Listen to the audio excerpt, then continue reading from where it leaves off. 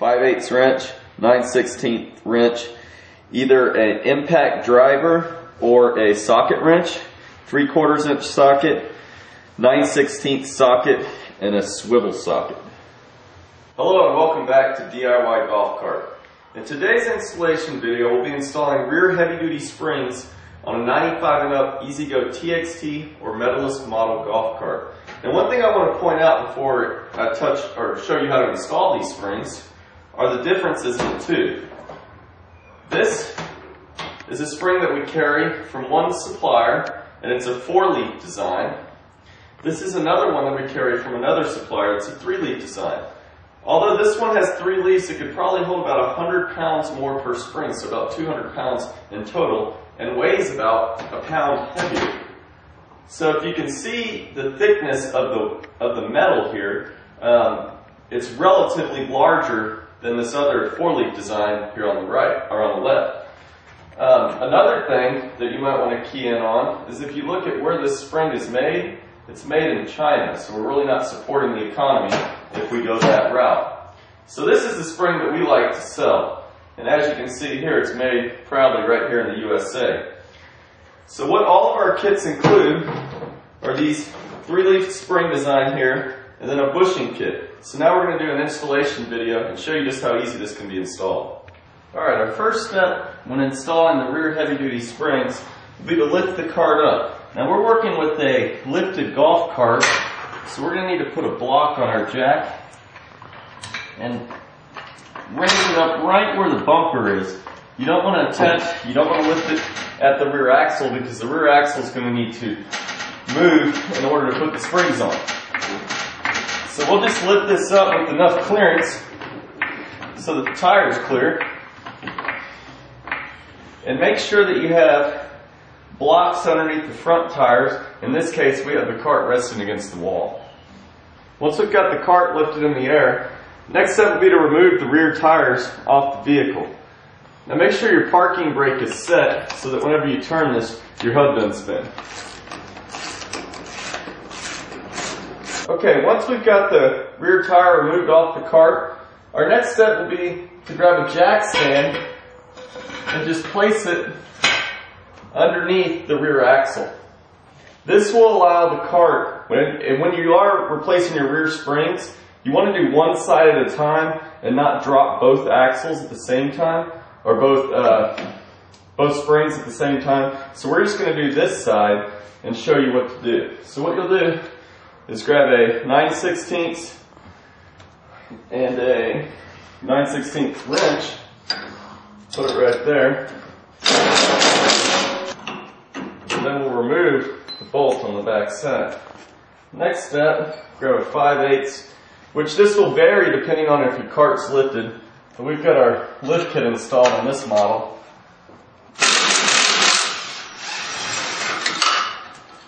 So we'll remove that. Make sure you save the hardware. You'll be reusing it.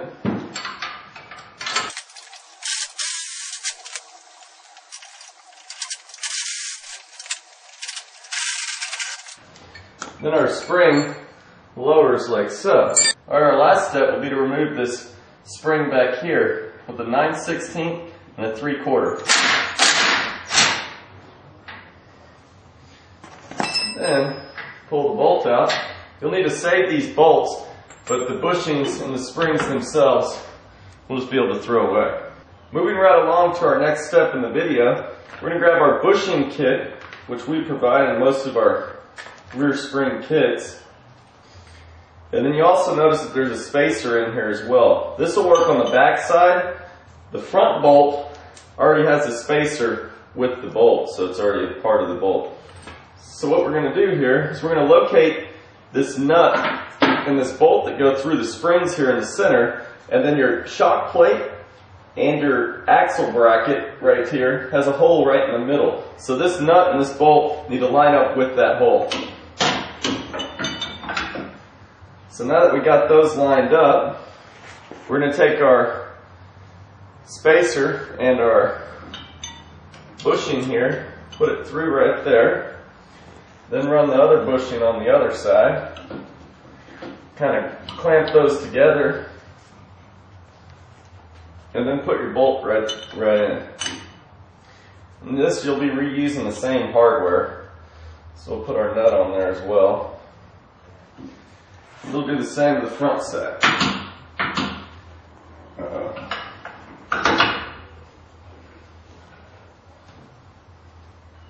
You might want to put the bushings in before you put the spring up. It might just make it a little bit easier. And now we got to realign this hole right here. And run our bolt through, just like that. And then put the nut on the other end.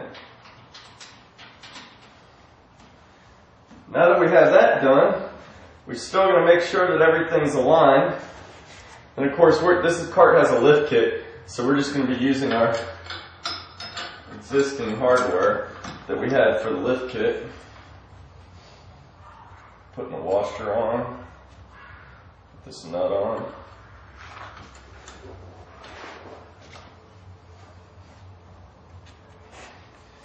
Do the same on this side.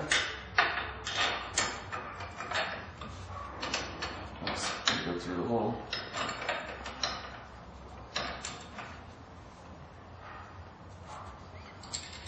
Washer and nut.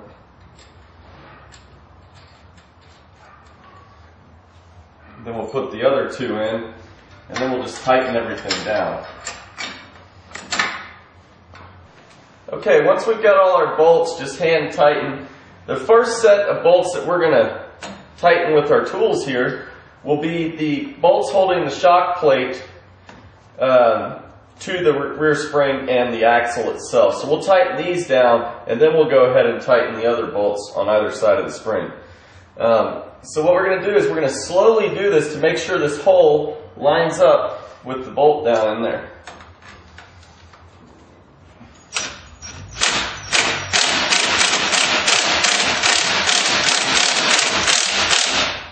We'll do a little to that side, move over to the other side.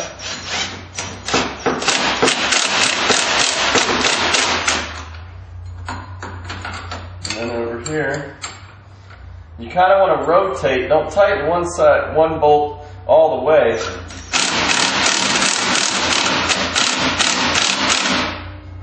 And as you can see, it's really not lined up, so we got to pull it over a little bit and continue to tighten.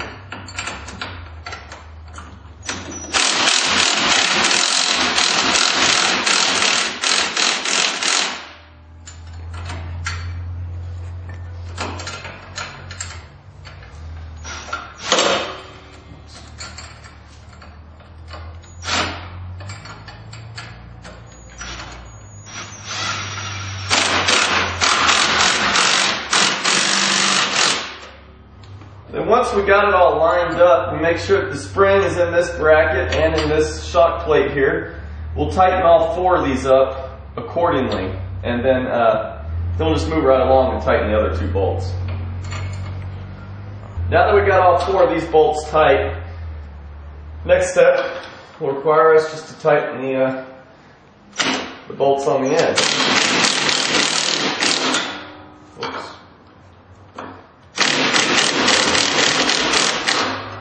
So once we got that one down, we'll go to the back side here.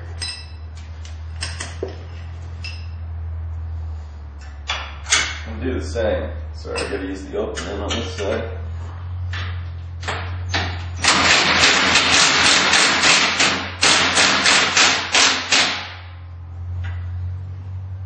Alright. I think that one's done.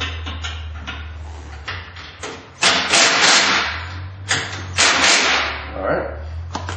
Now all we have left is to put the other tire on, and then we'll perform the same task to the other side of the vehicle. Okay, once we've got the rear spring on this side of the cart, I'm just going to give you a little demonstration of the right height when you do add a heavy-duty rear spring, because these are definitely needed whenever you put a rear seat or any type of cargo box on your golf cart. So what we've got here, from the ground, we're looking at about 31 inches exactly is where this body is riding right now. And we're going to walk over to the other side, which I haven't installed the rear spring on yet. and we'll show you what kind of reading we have here. And it's about at 29 inches. So with the addition of that heavy duty rear spring on that side, we're gaining about, I'd say about 2 inches of ride height. And also what that is doing is, if you notice, this side over here has a lot of play in it, because that standard spring just doesn't do justice. But on this side, it's really rigid. So it'll help you with stability and also keep the weight of the extra passengers or cargo from bottoming out your golf cart. Now we've jacked the cart back up, and we're going to perform the same test on this other side. We'll do this rather quickly.